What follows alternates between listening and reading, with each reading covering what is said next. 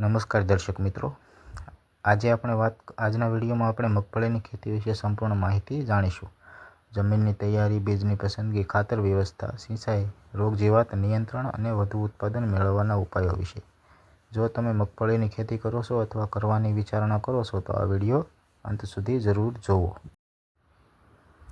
તો હવે જમીન અને હવામાનની વાત કરીએ. મગફળી માટે મધ્યમ કાળી, રેતાળ અને પાણી ન ભરાય તેવી જમીન સારી ગણાય છે, જેનો pH 6 થી 7.5 હોવો જોઈએ. જમીનની તૈયારી: 2 થી 3 વાર ખેડ કરીને જમીન ભૂકો બનાવો. છેલ્લી ખેડમાં સડી ગયેલું ગોબર ખાતર ઉમેરવું. પાણી નીકળવાની યોગ્ય વ્યવસ્થા રાખવી. ખેડૂત મિત્રો, અમારી YouTube ચેનલની અંદર જો તમે નવા હોય તો ચેનલને લાઈક કરો, શેર કરો અને સબસ્ક્રાઈબ જરૂરથી કરો મિત્રો, જેથી કરીને ખેતીવાડીની નવી માહિતી તમને મળતી રહે. હવે વાત કરીએ મગફળીની સુધારેલી જાતો વિશે. ખરીફ સિઝન માટે GJ20 છે, GJ22 છે, TJ37A છે, GJ31 છે.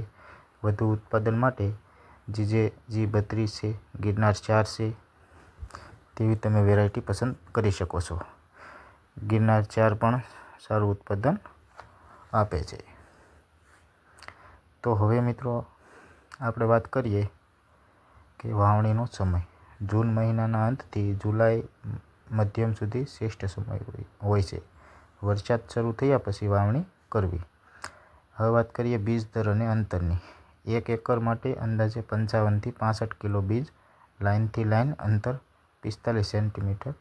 છોડથી છોડ અંતર 10 થી 15 સેન્ટીમીટર.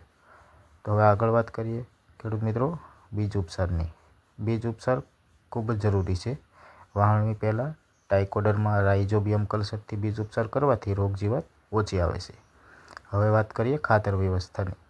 પ્રતિ એકર અંદાજે DAP, જીપ્સમ, પોટાશ જમીન પરીક્ષણ કરી મુજબ આપવું. ઓર્ગેનિક ખાતરનો ઉપયોગ વધારે કરવો. સિંચાઈ વ્યવસ્થાની વાત કરીએ તો વરસાદ આધારિત ખેતીમાં પાણી ભરાવવું ન જોઈએ.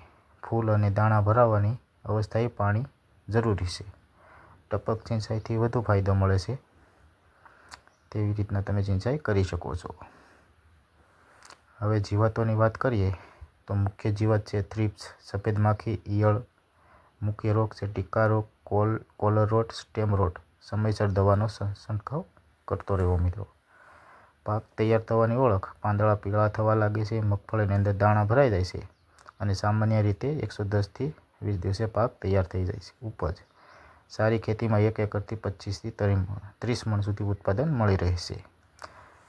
બજાર અને નફાની વાત કરીએ તો મગફળીના ભાવ સિઝન પ્રમાણે બદલાય છે. યોગ્ય સંગ્રહથી વધુ ભાવ મળે છે.